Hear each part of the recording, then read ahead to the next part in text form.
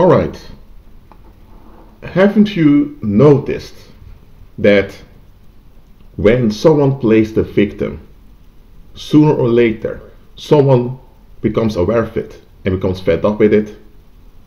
And when someone becomes fed up with it, often others follow. And individuals is labeled as an eternal victim or as a narcissist, whatever label people give that individual. And indeed, there are people playing the victim. Playing the victim is different than actually being a victim of something. Look, if you were assaulted with a rifle or with a knife, you were victimized. Does that mean now that that's your identity for your whole life? No, but relating to what happened, you're the victim.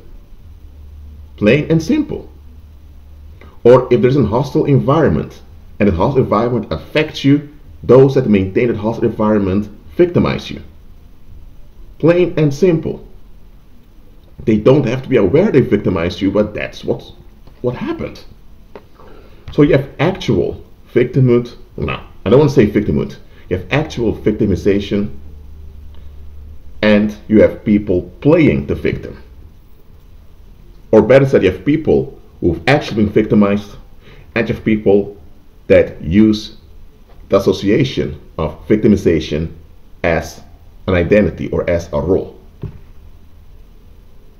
Now, when an individual plays a victim, once one individual sees through it, many others see through it.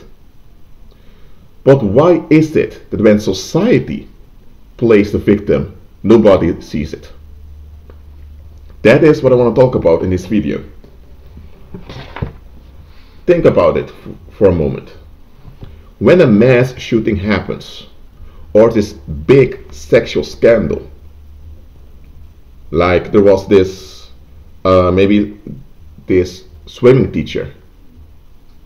Yeah, this case, it was quite a while back in the Netherlands. You had this teacher who taught small children how to swim, and he molested between 60 till 100 children, and most of those children were disabled children.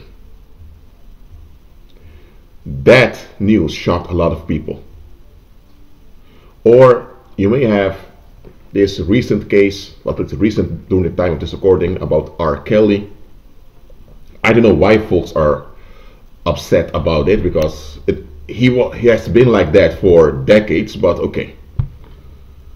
Whenever something shocking happens, or whenever there's an explosion of negative energy in society, I'm saying in a community, everyone is shocked. People disassociate from the perpetrator and from those associated with the perpetrator. And society behaves as if something has happened to her. Society takes the role of a victim. And now everything is the fault of the perpetrator. Now don't get me wrong, if the perpetrator is a perpetrator, he or she is a perpetrator. Okay? I'm not condoning it. However, does that mean society has no role whatsoever in what happened? Okay, let's turn the script for a moment. Let's say someone moves to Japan. Well, okay, let's say he moves to Japan. He imports a lot of goods from France. He has his own business over there in Japan, and he earns good money. And let's say that he then says that he did it all on his own. What would the Japanese people say? That foreigner thinks he's something. It's only because we're interested in those French products that we bought them. He thinks he did it all on his own. People may take offense against a guy, against that exporter. Well, he's an exporter in the sense that he exports things from France to Japan, but he's in Japan, so he could be seen as the importer. Anyway, that tradesman, people may take offense at him because he thinks he did it all on his own, and then acknowledge the enablement of Japanese society around him. Now, if there's something good happening, Society wants its credit. Society demands its credit. But why is it that when explosions of negative energy occur, society plays the victim? Now look, society is a fear construct that the members of the society enact. So let me give an illustration to you. Let's say that in a community there is let's say there's in a society, there are many youth gangs, young people forming groups and acting out anger. So now there are robberies, and now there are gangs fighting each other, and it leads to deaths. So now people in a society are upset, they are horrified. So now they want extra measures from the government against those youth gangs. But then hold on a minute. Those youth gangs are formed by teenagers often of that society, right? That grow up in that community. So where did they get all that anger? Who fed those teenagers? Their parents. How did the parents feed them? They had jobs, or they were on welfare. So who fed those teenagers? That same society. Who constructed the language they had to speak? That society. Who constructed the norms that were expected of them to live by? That society. So they have been shaped and formed by that society. So if there is anger, and this anger is widespread amongst many teens, who contributed to it? Who built the social and economic context that those angry teens grew up in? Society did. So isn't it reasonable to say then that society shares her responsibility in what's happening? Yes, she does. I personify society as a she because that's often what they do in the media also, and also in politics. Society is considered feminine, but okay. So society is responsible for the social and economic context it maintains and sustains. So all the consequences, good or bad, of its social and economic context will be the responsibility and the doing of that society. So that means that society has to own up when it messes up, and it needs to own up when things get out of hand because they let things get out of hand. But is that what often happens? Well, actually the opposite happens. When, for example, there are many youth gangs emerging and it escalates, they blame the parents. They're going to say, why didn't the parents do a better job? Hold on a minute. Those parents who shaped those parents? Is that the same society? So if those parents were in a very bad condition, who enabled that bad condition? Who allowed the bad condition to continue? Isn't it the same society? Am I saying that the parents had no responsibility? Hold on a minute. Human beings aren't shaped just by their parents, because their parents themselves are shaped. Who shapes them? Society.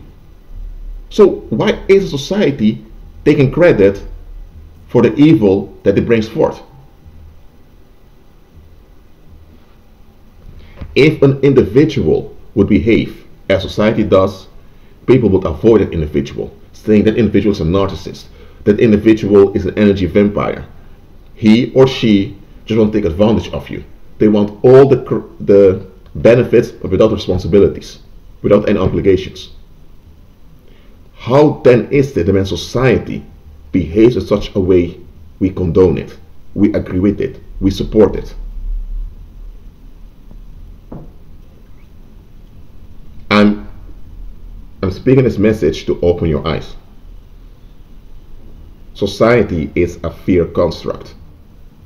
And the only reason why people get along in society is to be significant. Significance is one of the core, deep-rooted human needs. It's one of our soulish needs. Someone can have food and water and clothes, but if significance lacks, they fall apart. And society provides significance to you, either a positive significance or a negative significance. And it's for this significance that people comply with society. But this significance is based in duality. You're only someone at the expense of someone else. You can only have important people if there are non-important people to compare it to. You can only have special people if you have random people to put on the other side. So to feel included by society, you need to have outcasts. You need to have misfits. So society both generates the acceptance as the rejection. And in order for the system of the society to function, everyone must agree with the unexamined expectations that society conditions people into. And for the cult to operate, because society is like a cult, nobody must question the expectations. Because expectations provide relief. And that is what worldly people want. They want relief. Once you begin to question the expectations, you'll find out that it doesn't add up. And when you find it doesn't add up, you'll have difficulty complying with it, and then there is no relief in it anymore. So, for common people to maintain their relief, some people have to lose. Some have to remain poor. Some need to remain depressed. Some need to become suicidal. Some need to die. And not just die physically, but die mentally, emotionally, die financially. That's how society operates. So to enact society is also to enact the harm on the misfits and the harm on those that need to be the target of the waste that society produces. So, why is it that society never takes responsibility? It is because common people, who are the ones enacting society, it's their society, it's their collective will, it's their will. They don't want to face their collective will. Because once they have to face the collective will, they need to forfeit everything that contributes to the next outcome. Because you can't get validation of being accepted while you only act in the negative. The negative must be rationalized. But once the exposure happens, you can't rationalize it anymore. But when the common people have to forfeit all their negative ways, there is no society anymore.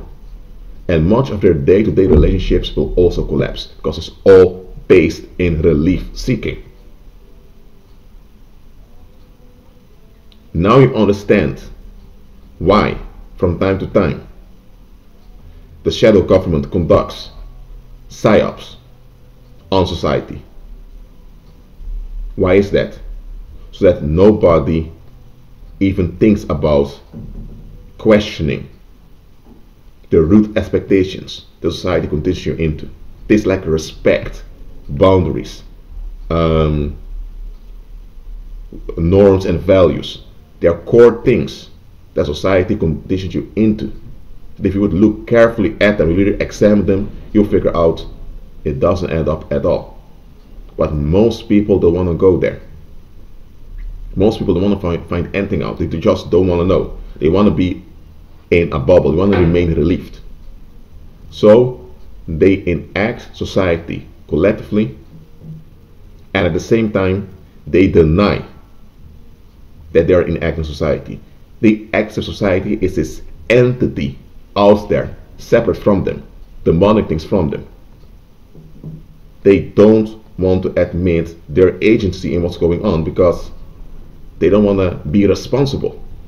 They have a will collectively, but they don't want to have obligations towards that will. No, others must carry the obligations, while they carry the benefits. And of course, you need to comply for it to work. But in general, this is what it comes down to. Society gets the benefits, while its members carry the obligations. And because nobody wants the obligations, everyone is pushing around, dumping the weight. You have a husband dumping the weight on the wife dumping it on the children. Then amongst the siblings, they dump it on the youngest, and the youngest grows up mentally disabled due to narcissistic abuse he or she endured, and now he or she then dumps it on someone else, or he becomes a spouse that does the same, and that's how it goes on from generation on generation. That's how it goes. So if you want to reach out people, seek to reach out individuals.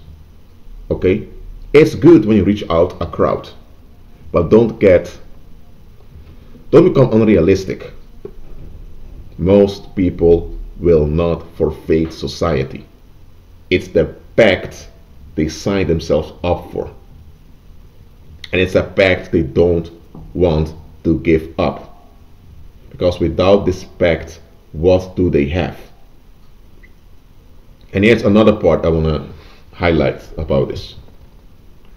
This pact called society has become a necessity eventually, because now you have a lot of individuals throughout the community who have been harmed by society, but they're still participant in society. They're still participating. And such people, once they're triggered, bad stuff happens. Because they are in denial themselves, and they also complied with scapegoating others just to be accepted. And it's this acceptance that keeps them motivated. And it's this acceptance that hinders them from acting out violent against others. It's this acceptance. It's this promise for significance that hinders them from dumping their weight on others. It's this promise for significance that hinders their narcissism from growing, becoming worse and worse.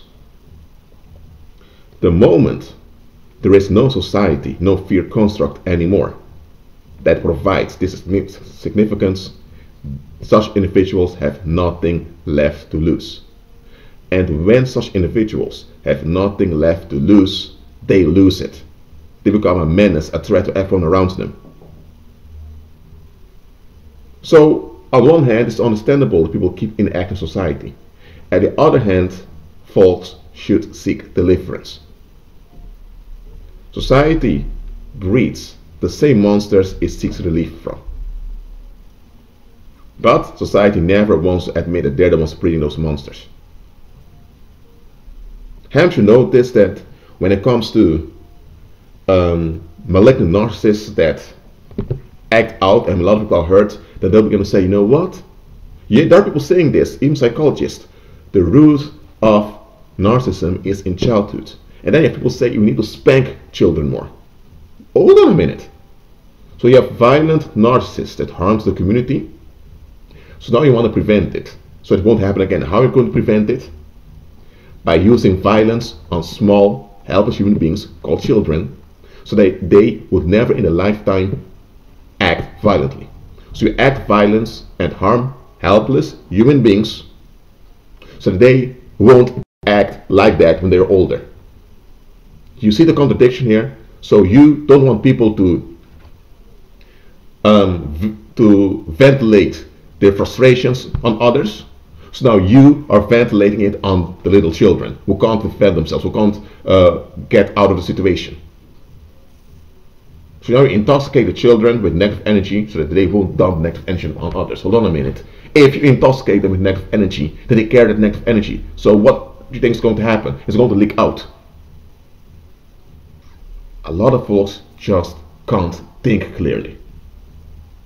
They're so dependent on the self-validation of society.